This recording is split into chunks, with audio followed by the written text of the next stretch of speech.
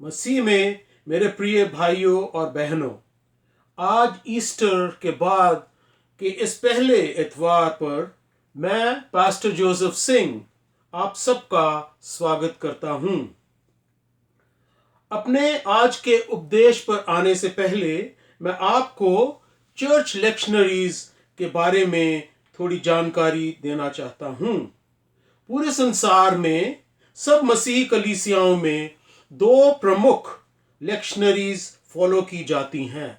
1 year लेक्शनरी जो कि traditional और हिस्टोरिकल लेक्शनरी जिसे हम कहते हैं वो, और 3 ईयर लेक्शनरी। लेक्शनरीज में हर इतवार की 4 मुख्य पाठ होते हैं। जिस तरह यहाँ आज के मेरे संदेश में मैंने आपको दिखाया है, जो एक स्लाइड पहले दिखाई गई थी। और ये जो पाठ होते हैं इसमें एक भजन संहिता का पाठ होता है, एक पुराने नियम से पाठ होता है, एक नए नियम के पत्रियों में से, और एक सुसमाचार का पाठ होता है। तो आज के जो पाठ हैं वो आपको मैंने अपनी स्लाइड में ऑलरेडी दिखा दिया है, लेकिन आप इसको अगर चाहें तो मेरा जो सरमन है उसकी कॉपी जो है वो रिटन उसमें भी अवेलेबल होगी, उसको आप देख सकते हैं।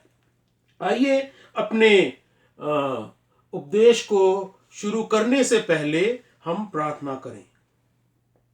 हे परमेश्वर, आपके धन्य पुत्र प्रभु यीशु मसीह ने अपनी मृत्यु के द्वारा मृत्यु की शक्ति को नष्ट किया और अपने फिर जी उठने के द्वारा हमारे लिए शाश्वत जीवन की आशा की पुनर्स्थापना की।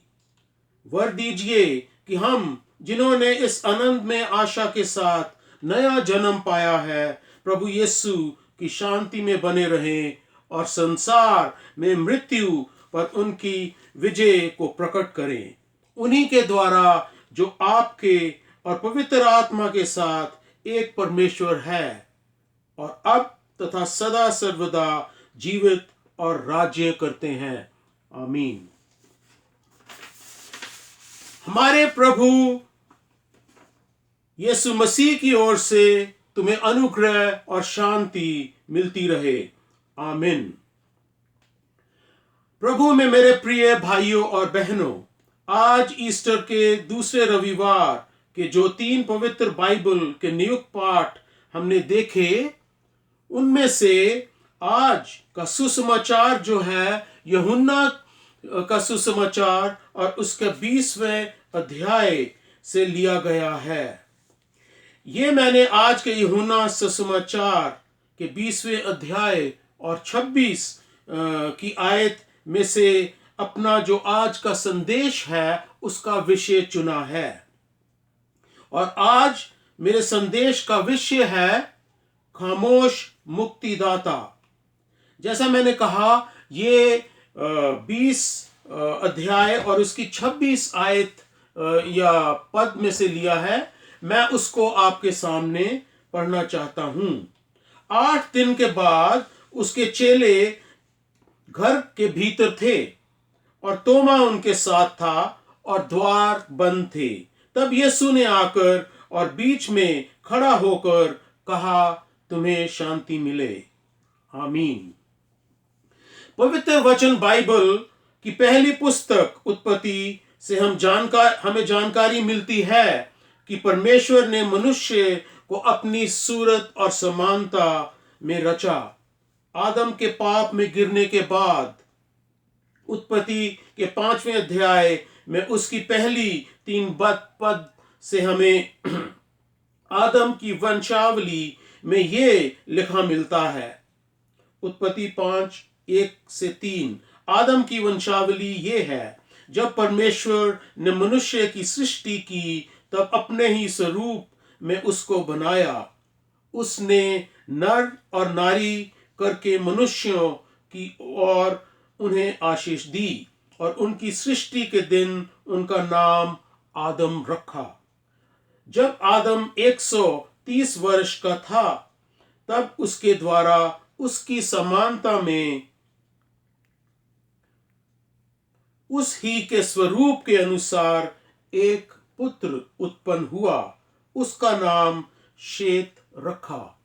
यहां स्पष्ट रूप से दिखाई देता है कि पहला आदम, जिसे परमेश्वर ने अपनी सूरत और समानता में रचा था, अब पाप के कारण उस चरित्र को खो दिया और इसलिए उसका बेटा शेत उसके अपने ही स्वरूप के अनुसार उत्पन्न हुआ। इसलिए हम जानते हैं कि आदम के पश्चात सब मनुष्य जो उत्पन्न होते हैं वे आदम की बिगड़ी सूरत, जो पापी चरित्र की है, में ही उत्पन्न होते हैं। परंतु परमेश्वर ने उत्पत्ति 3:15 में मनुष्य की मुक्ति के लिए प्रतिज्ञा की थी। आज यूहन्ना रचित सुसमाचार के 20, 30 और 31 पद में से ये जानते हैं, परंतु ये इसलिए लिखे गए हैं कि तुम विश्वास करो कि यीशु ही परमेश्वर का पुत्र मसीह है और विश्वास करके उसके नाम से जीवन पाओ। ये उत्पत्ति 3:15 की पूर्णता की घोषणा है। इसलिए यूहन्ना अपना सुसमाचार का आरंभ इस प्रकार करता है, ये आदि में वचन था और वचन परमेश्वर के साथ था और वचन परमेश्वर था। और 1:14 में वचन देहधारी हुआ। यहां वह ये घोषणा कर रहा है, यीशु जो वचन है अब मनुष्य की देह में आ गया है, परंतु वह मनुष्य के समानता और स्वरूप में होकर भी मां के पेट से पापी नहीं है। और फिर 3:16, क्योंकि परमेश्वर ने जगत से ऐसा प्रेम रखा कि उसने अपना इकलौता पुत्र दे दिया, ताकि जो कोई उस पर विश्वास करे वह नाश न हो, परंतु अनंत जीवन पाए। चारों सुसमाचार का उद्देश्य यही है। इसलिए यूहन्ना अपने सुसमाचार के अंत में केवल अपने सुसमाचार का सारांश ही नहीं लिख रहा, परंतु एक प्रकार अपने से पहले लिखी हुई बाकी 3 सुसमाचार का भी निचोड़ दे रहा है। हम ये भी जानते हैं कि यूहन्ना का सुसमाचार बाकी 3 के बाद लगभग 9वीं सदी एडी में लिखा गया। यहाँ यूहन्ना अपने सुसमाचार से बाकी 3 लिखतों की शेष पूर्ति और अतिरिक्त वितरांत भी दे रहा है, जिससे पहले दिया हुआ सुसमाचार विवरण और भी उज्जवल होता है। इसलिए मत्ती के सुसमाचार में हम देखते हैं कि प्रभु यीशु की जन्म वंशावली में दाऊद का संतान, अब्राहम की संतान से आरंभ करते हुए कहते हैं, उसका नाम यीशु रखना, क्योंकि वह अपने लोगों को उनके पापों से उद्धार करेगा और वह कुंवारी से उत्पन्न होगा और उसका नाम इम्मानुएल रखा जाएगा, जिसका अर्थ है परमेश्वर हमारे साथ। इसी प्रकार लूका भी अपने सुसमाचार का आरंभ कुंवारी मरियम को स्वर्गदूत के दर्शन से, प्रभु यीशु के जन्म की घोषणा से कि वह जो उत्पन्न होगा उसका नाम यीशु रखना, परम प्रधान का पुत्र कहलाएगा, दाऊद का पुत्र, जिसके राज्य का कोई अंत ना होगा, वह परमेश्वर का पुत्र कहलाएगा। लूका इस लक्ष्य को आगे बढ़ाते हुए प्रभु यीशु की वंशावली का वर्णन करने से पहले प्रभु यीशु को यूहन्ना द्वारा बपतिस्मा दिए जाने वाले दृश्य का वर्णन करते हैं, जहां हम परमेश्वर पिता की आकाशवाणी में ये घोषणा सुनते हैं, तू मेरा प्रिय पुत्र है, मैं तुझसे प्रसन्न हूं। अपनी वंशावली में लूका प्रभु के 3:38 पद में इस प्रकार लिखते हैं, और वह इनोश का और वह शेत का और वह आदम का और वह परमेश्वर का पुत्र था। यीशु के कुंवारे जन्म से यहाँ लूका हमें बताता है कि जिस प्रकार उत्पत्ति 5:1-3 में लिखा है कि प्रभु यीशु का शेत की वंशावली से आना था, परंतु वह शेत की समानता और स्वरूप में नहीं जन्मे, परंतु उन्होंने नए आदम का जन्म लिया जो परमेश्वर से उत्पन्न हुआ, जिसे हम दूसरा या आखिरी आदम भी कहते हैं, क्योंकि वह आदम के पाप को लेकर जिस प्रकार शेत जन्मा था वैसे नहीं उत्पन्न हुआ, परंतु कुंवारी मरियम से पवित्र आत्मा की सामर्थ्य से उत्पन्न हुआ। इसी प्रकार संत मरकुस अपने सुसमाचार का आरंभ इन शब्दों से करते हैं, परमेश्वर के पुत्र यीशु मसीह के सुसमाचार का आरंभ, और अपने पहले अध्याय में ही यूहन्ना बपतिस्मा देने वाले के बपतिस्मे का वर्णन करते हैं, और ये आकाशवाणी हुई कि तू मेरा प्रिय पुत्र है, तुझसे मैं प्रसन्न हूँ। इसी प्रकार अपने सुसमाचार के आरंभ में ही अशुद्ध आत्माओं को निकाल कर ये साबित करना चाहते हैं कि प्रभु का अधिकार अनदेखी आत्माओं के लोक में भी है। जब दुष्ट आत्माएं चिल्लाकर कहती हैं, हे यीशु नासरी, हमें तुझसे क्या काम, क्या तू हमें नाश करने आया है? मैं तुझे जानता हूं, तू कौन है, परमेश्वर का पवित्र जन। और 5:7 में, हे यीशु परम प्रधान परमेश्वर के पुत्र, मुझे तुझसे क्या काम, मैं तुझे परमेश्वर की शपथ देता हूं कि मुझे पीड़ा ना दे। मरकुस अपने सुसमाचार का अंत सूबेदार के अंगीकार, सचमुच ये मनुष्य परमेश्वर का पुत्र था, से अंत करता है। एक बार फिर मैं आपको याद दिलाना चाहता हूं कि आज जैसा हमने यूहन्ना रचित सुसमाचार के 20 उसके 30 और 31 पद में से पढ़ा, परंतु ये इसलिए लिखे गए हैं कि तुम विश्वास करो कि यीशु ही परमेश्वर का पुत्र मसीह है, और विश्वास करके उसके नाम से जीवन पाओ। ये ही आज का और संपूर्ण बाइबल का उद्देश्य है।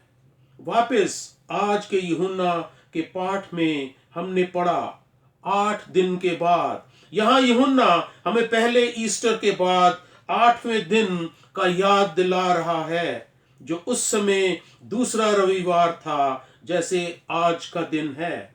ईस्टर के बाद दूसरा रविवार, यहाँ तोमा, जिसे शक्की या द डाउटर के नाम से जाना जाता है, हमारे लिए बहुत से प्रश्न और उत्तर भी खड़े करता है। मैं सोच रहा था कि क्या हमारे प्रभु ने केवल तोमा को ही यहाँ अपना निशाना बनाया? ये पतरस भी हो सकता था, परंतु पतरस पिछले रविवार बाकी 9 के साथ भी वहां था, और जैसा हमने पढ़ा और कहा जाता है कि शायद प्रभु ने जिन लोगों को निजी तौर पर दर्शन दिया उनमें से दूसरा पतरस ही था। और उसकी पूर्व व्यवस्था के लिए अगले अध्याय में लिखा है, परंतु हम जानते हैं कि तोमा पूरी तरह से अविश्वास में गिरा पड़ा था, और प्रभु ने उसके लिए अपना ये विशेष प्रेम दिखाया। हम कैसे जान सकते हैं कि प्रभु को उसके अविश्वास का मालूम था? क्योंकि वह आप तो चेलों की बातचीत में शामिल ना था केवल, और ना कोई उन्हें अपने इस नए पुनरुत्थान वाले शरीर में देख सकता था। केवल उन्हें मिलने की संभावना तब हो सकती थी जब प्रभु अपनी ओर से उन्हें मिलना चाहते। तो प्रभु ने तोमा के दिल को कैसे जाना? प्रभु को किसने बताया? क्योंकि वह जानता था। तो क्या प्रभु ने तोमा पर निशाना खींचा? हाँ और ना भी। मेरी सोच में अवश्य, इसलिए क्योंकि यहाँ हम एक स्पष्ट निजी दिल से ऊंची आवाज में तोमा का अंगीकार सुनते हैं, हे मेरे प्रभु, हे मेरे परमेश्वर। जब यूहन्ना, जिसने अपना सुसमाचार लगभग 19वीं सदी में लिखा, हमारी समझ के लिए कुछ और भी बताना चाह रहा है। तोमा का अंगीकार सब चेलों का और समस्त मसीह कलीसिया का नारा बन गया था। जब हम यहाँ देखते हैं कि यूहन्ना ने जो 19 पद में शब्द इस्तेमाल किए हैं, यहूदियों के डर के मारे द्वार बंद थे, उन्हें 26 पद में इस्तेमाल नहीं किया। यह साबित करता है जो प्रेरित पौलुस अपने रोमियों की पत्री के 10वें अध्याय और 9वें पद में लिखते हैं।